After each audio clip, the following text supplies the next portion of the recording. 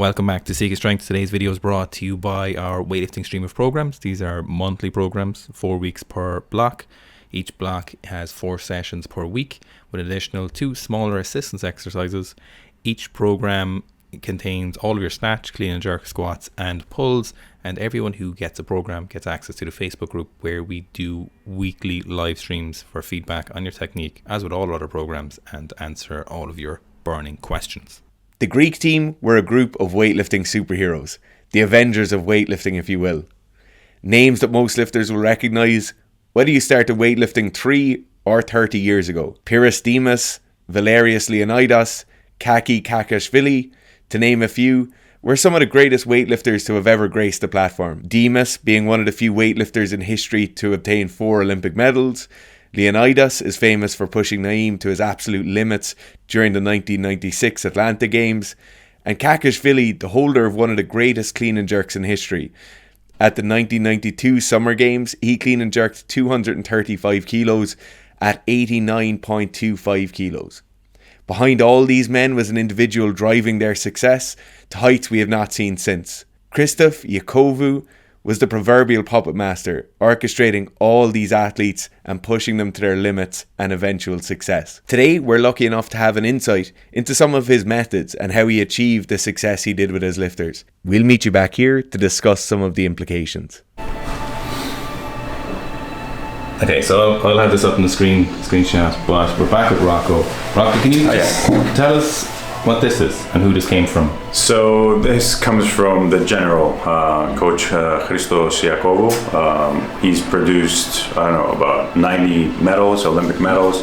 Knows a thing or two, you might say. Yeah. That's when they actually gave him the name, the general of weightlifting. It says everything. So who's he produced? Well, just like you name it. From himself, he was like 3 or 4 medals that he brought as an athlete. Pyrros Dimas, Pyrros Leonidas, Dimas Kakhi Kakhiashvili, and so many others. The thing with him is he's helped the industry so much and helped the sport so much. He's really good friends with Abadjiev, with Suleymanoglu, and he even now in his 70s, we did a podcast, I remember about 6 months ago, and he's still trying to figure out, was it bad that I was not doing more repetitions that I can see and less load? Would we actually have more benefits? What does he think? Did he come to trial and error? He said, I need to try it to see. When I first asked him, he was why? He saw me once training, he's like, why are you doing more than 3 reps? And I'm never gonna forget that. He went to the wall and drew a circle, and he went like that, and he went to the middle, and it's like, if I keep doing it, I'm gonna start moving away from that kind of center. So I need to do 1, 2, or 3 reps as closer to perfection on the actual lift that I want. And that's why he says always, if you go above, let's say 87%, 90%, 90, 95, 100, you only do 1 rep. For me, he is a myth. What's his technical eye like when he's lifters? What kind of approach should he take to that? Because I know some Eastern European coaches won't put much effort. They'll just let the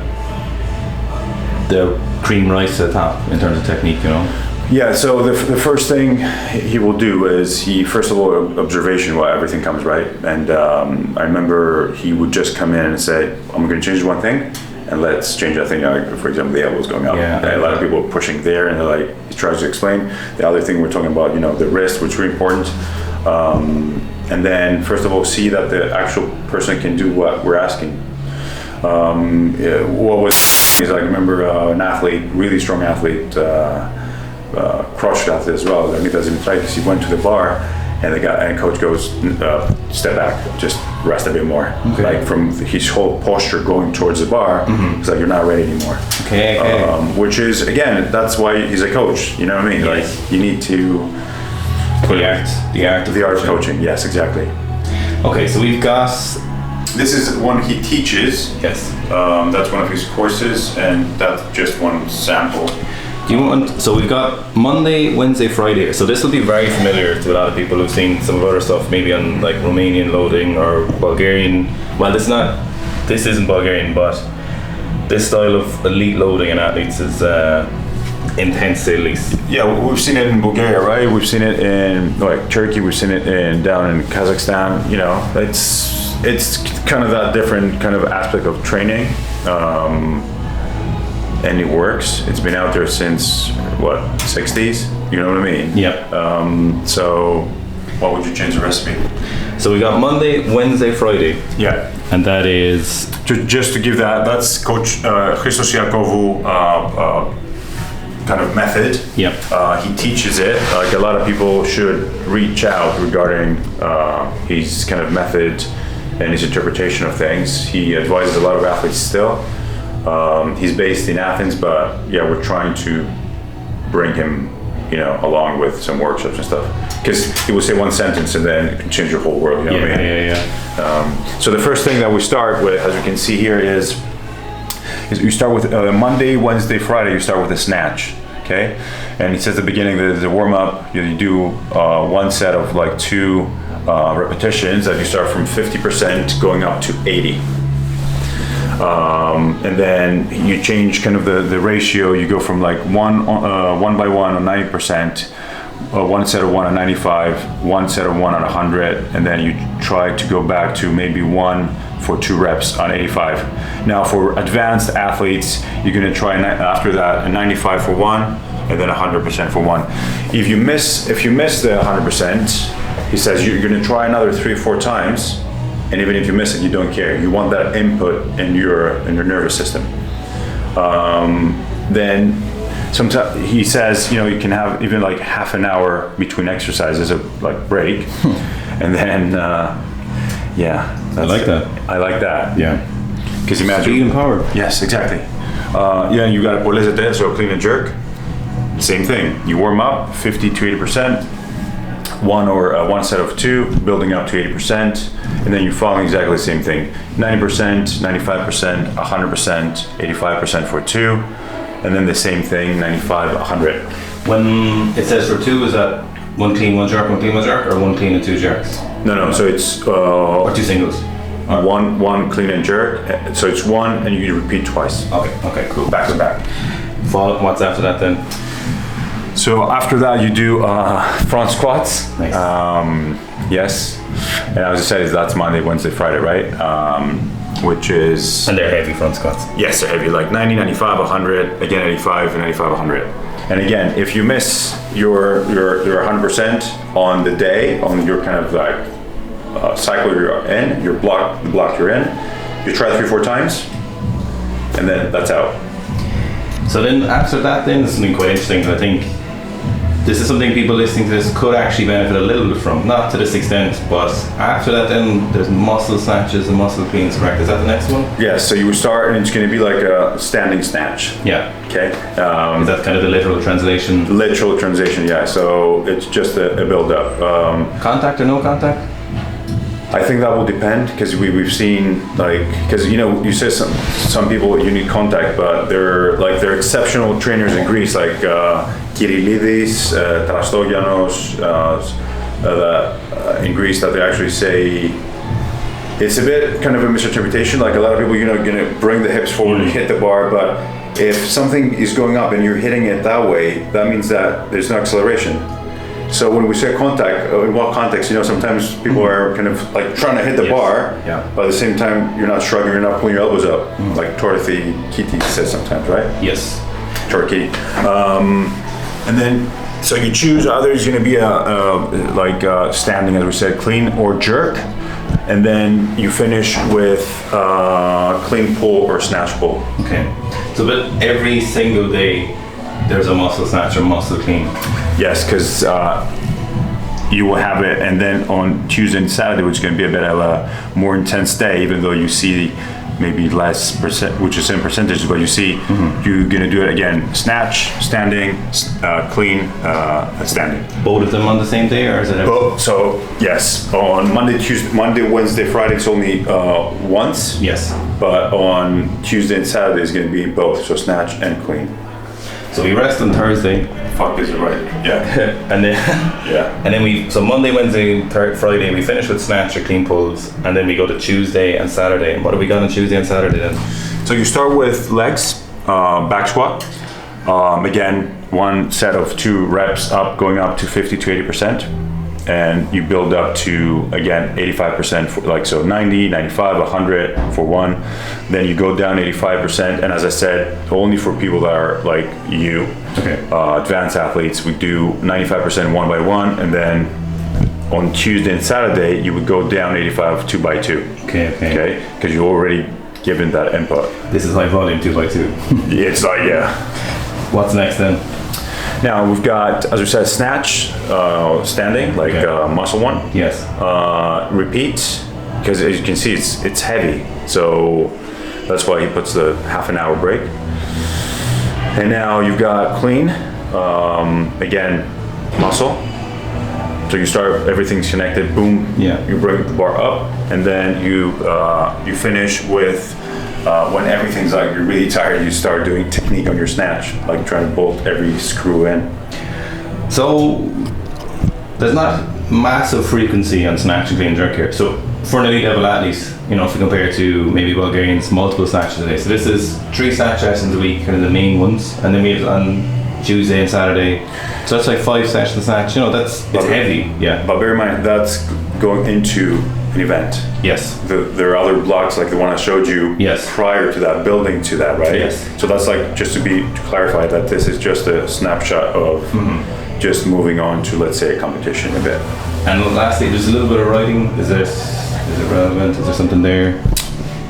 Is that just kind of explaining the program? Explain exactly what we actually said. The only thing he says is exactly that. Well, you know, when we see the 100%, and he said what the asterisk is and over is just for advanced athletes. And then besides, he says clean and jerk, which has a lot of actually legs. There's no break. And all the other ones, he puts like up to a half an hour break, which makes sense. Okay. Thank you very much, Rocco. No, my pleasure. And this is like, that's not me. Yes, yeah. That's Coach Iakovou and what he has done. Yep. I'm just the messenger, and I think the best way to find more is, go one of his courses or just chat to the guy. Yep. Awesome. Thank you, Rock. Thank you. Okay, so real quick, let's just run through what that program was, just in case it's kind of hard to follow or you're just not fully clear on what it is. So it's Monday, Wednesday, and Friday, that kind of 3 big days a week that we've seen from a load of different countries. The loading, very, very simple. Snatch, 90%, 95, 100%, back to 85% for a double. And then if you're a more advanced athlete, back up to 100%. Same thing again, the clean and jerk, 90, 95, 100, 85 for a double, back up to 100 if you're an advanced athlete. Then, in a shock to no one, after that, we do a max front squat, drop down from some doubles, and then back up for 100% again. Then, following that, we have the muscle snatch or muscle clean, up to 100%, wave back down, back up to 100%, of course, of your muscle snatch and muscle clean. Following that, then, we've got a little bit of variance, and it's snatch pulls or clean pulls, so 6 by 2 at 110% or 4 by 3. Then we move on to Tuesday and Saturday. Tuesday and Saturday, first exercise, back squat, 90, 95%, 100%, 85%, 95%. Back down to 85% for 2 by 2. Then muscle snatches, up to 100%, down, back up to 100%. Muscle cleans, up to 100%, back down to 100%. And then jerks from rack, you guessed it, up to 100%, back down, and back up again. So probably the first thing you'll notice from that program or from listening to that, you'll probably recognize a lot of that kind of rep scheme or that template. You know, you've seen it a lot, maybe from some of the stuff we've done or from places you've seen elsewhere. You know, we've literally seen this or very, very similar template from places like Bulgaria, Romania, Kazakhstan. Obviously the Greeks are doing it here. You know, a lot of countries which have a huge amount of success in weightlifting, and you've seen this style of lifting where we have some main days during the week where we go very heavy and multiple times throughout that day. Now there's some smaller bits of nuance across these different countries. In Romania, for example, Gabriel would have talked about he wouldn't have done lifts in the morning, so they would have had 3 sessions at different points throughout their career, but they wouldn't have done snatch and clean and jerk in the morning. They would have just done that kind of strength stuff in the morning and then left the rest of the day for bigger individual snatch and clean and jerk sessions. Whereas, for example, with this, we would have seen similar, because this is a template, but if we go look at some of the other stuff that Dimas would have talked about in his video with David Boffa from All Things Gym, or if you've seen the interview he's done with Mash Elite, you'll see that he did more frequent snatch and clean and jerk throughout the day. Then if we look at, for example, the program we saw from the Kazakhstan paper, they would have quite frequently hit that snatch, clean and jerk multiple sessions throughout the week. But these are smaller variances. These are kind of programming details as opposed to an overarching concept. Again, it's a template we've seen. And again, this was a template of stuff he used, how to teach his method. And then you would go forward and use this with your lifters. And then you would coach them through this. So this is a template that we've seen from a lot of different countries. And we've seen a lot of great countries do this. But what I think is interesting about this, it seems to be one of 2 methods we've seen to develop truly elite and all-time great lifters. The other option is something we've seen is there's more variance. Not a whole lot more variance, but certainly enough to make this program look hyper specialized. A very good modern day example of this is, of course, Georgia. So the other method would be the more Soviet or Russian method, and a lot of these lifters talk about that, how their initial training is that Soviet method. So they kind of have that base years, and Gabriel talked about this too, Dimas talks about this as well. Their initial training phase and different phases throughout this year. So from this program is a template of a certain peaking part of the year, and then the rest of the year is a lot of high volume. But the differences then we see is that when this kind of Bulgarian method, and we'll call it the Bulgarian method because it's kind of the overarching concept, is that they peak with this high frequency, highly specific lifts. What we see with the Soviet method, and if we've seen a modern example, I think, is Lasha Talakatsi. We see him right up until the Olympics last year in the training hall doing stuff like heavy no-foot snatches, seeing him doing stuff like snatch pulls. We've seen him do lots of block snatches before, lots of snatch balances, right up until competition, quite heavy. And he seems to see one of 2 methods. Now, the most relevant thing from these methods to you for in this video is that I think people make the mistake of assuming that only the Soviet method is the one feasible sans drugs. But the answer probably is neither of these are really feasible sans drugs. Both of these are really meant for the use of performance enhancing drugs. Now, what you can take from this is that you can learn from these and you can water them down to a certain extent and use them at very specific points of the year, depending on which method you end up choosing. And we would say wholeheartedly for pretty much everyone watching this, except for a few more experienced better lifters, that the Russian Soviet approach is the one that works the most consistently and will be the most forgiving and most productive for the unenhanced natural lift of our body. The other option, this kind of Bulgarian, Greek, Romanian, Kazakhstan kind of peaking phase, is something that can work well for lifters, but only for lifters who've had at least 8 to 10 years of training under their belts and are quite proficient technically, and it can work for them. I know lifters who do it sometimes for a period of training where they will for a couple of weeks do this style of training and it can work, but it is a very subjective and a very context specific scenario where they use this style of training. Yeah, I think that's the main thing for me when you make the comparison across those kind of two opposing systems, is that most of the time for most lifters and most people watching this video, you'll think about your programming and your tapering and your general planning of training, and it will be something like 3 months of higher volume work and then a month of tapering, or it might be 6 weeks of higher volume work and then 2 weeks of tapering, and that's the kind of general flow of your training. You might take a break then in between where you do more of a prep phase, you might do a strength training phase or whatever it is. In this case, with this system, and specifically the Greek system, when Dimas talked about it as well, they're talking about athletes who've already been developed, and most of them have been developed under that kind of more Russian system. They've had their years, their 14, 16, however many years in a structured system where they've developed. And then essentially, instead of looking at a programming sense in terms of looking at the kind of microcycle or the much smaller scale, you're looking at them developing kind of tapers in their entire career. So you have an entire developmental stage of training, whether that be 10 or 12 years long, where you're really learning a lot of that volume stuff, you're getting a lot of that adaptation that will come along from that volume work. And then in this phase of training, in most people. Like in our case, this phase of training will be a month or 2 months. In their case, they're having most of their adult career in this kind of more tapered phase of training. So even though they still do their higher volume phases, and they talk about that once or twice a year, going into those higher volume phases, it's interesting to see a system where they're essentially tapering for their entire senior career. They've kind of done most of their higher volume work, and now they're into the really heavy attempts most of the weeks. So one of the other things you can actually definitely use from this, and this is something you can put productively into your own training, is you might have noticed the frequent use of muscle snatches and muscle cleans.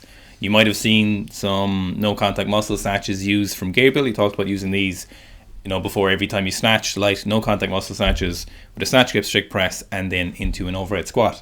So that is something I do before every training session, before I'm snatching. But I've never seen someone push muscle snatches and muscle cleans in particular to such heavy attempts so frequently. I don't think you need to do this as heavy. You don't need to go to a max of muscle snatch. In fact, I would definitely caution you against it. I definitely would not recommend that. But what I would think is useful is a little bit more frequent use of these muscles. I think they're quite helpful in the warm-up. So before you're snatching, you can do 3 to 5 sets of some quite light no contact muscle snatch, or some lighter no contact muscle cleans, and then the variations this depend on your certain needs. So if you're someone who makes very aggressive contact in both the lifts, you need to work on that. Then if you smash the bar too much, for example, then the no contact variation is quite useful for this. If you're someone who turns the barbell over too early after contact, so if you turn your elbows over here too soon, or in the clean you pull your elbows back instead of pulling them up higher, the use of the no contact muscle snatch or contact muscle snatch, or the use of the no contact or contact muscle clean is a very good scenario in this way, is to help you reinforce that and pull that turnover a little bit harder and a little bit faster. It's one of the very common areas we see people having issues in the snatch and the clean, so it's definitely something that I think people will benefit from, is the use of a little bit more no contact muscle snatch or no contact cleans.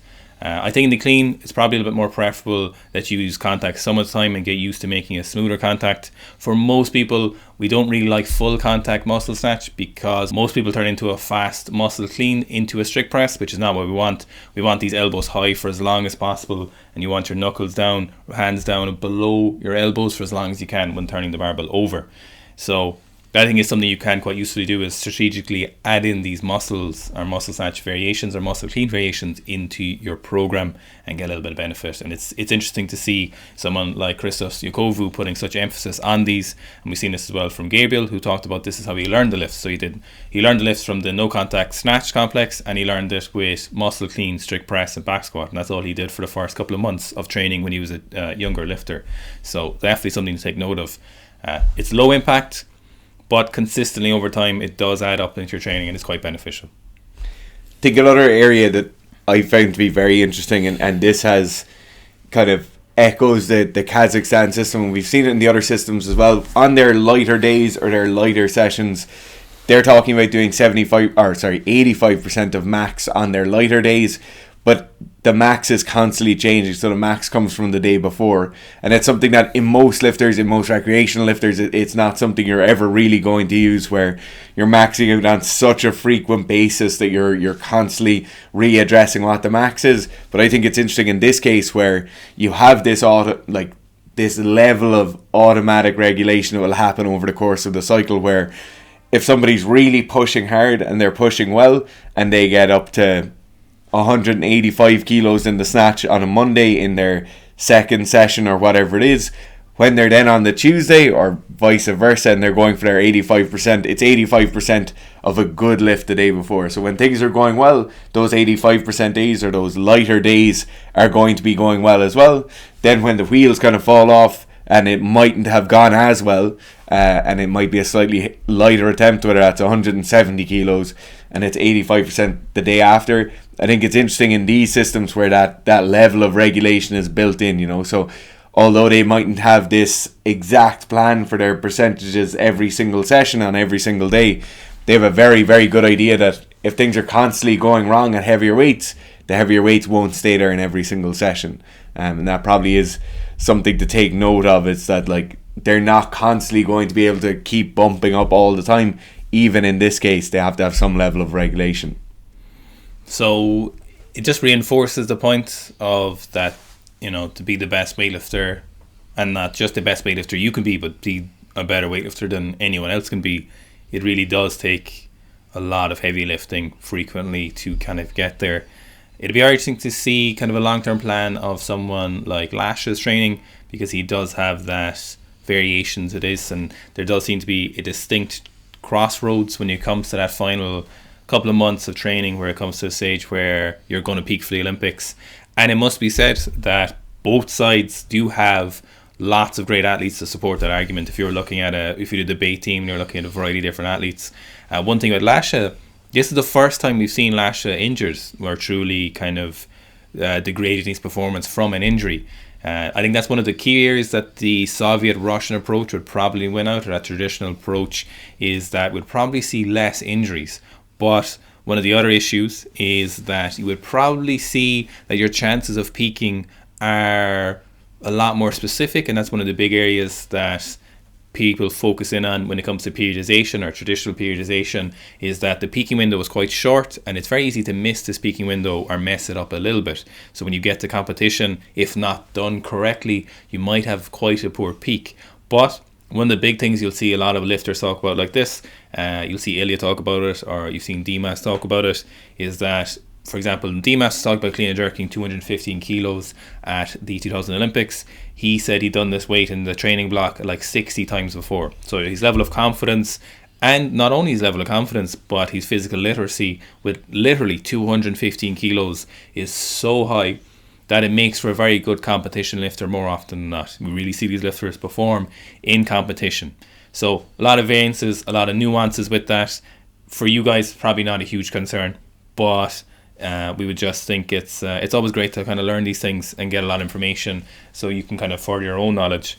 And of course, for both of these methods, it goes without saying that the use of special sports recovery supplements is integral, but you can still learn things from these when you're formulating your own training. Knowledge is always power, of course.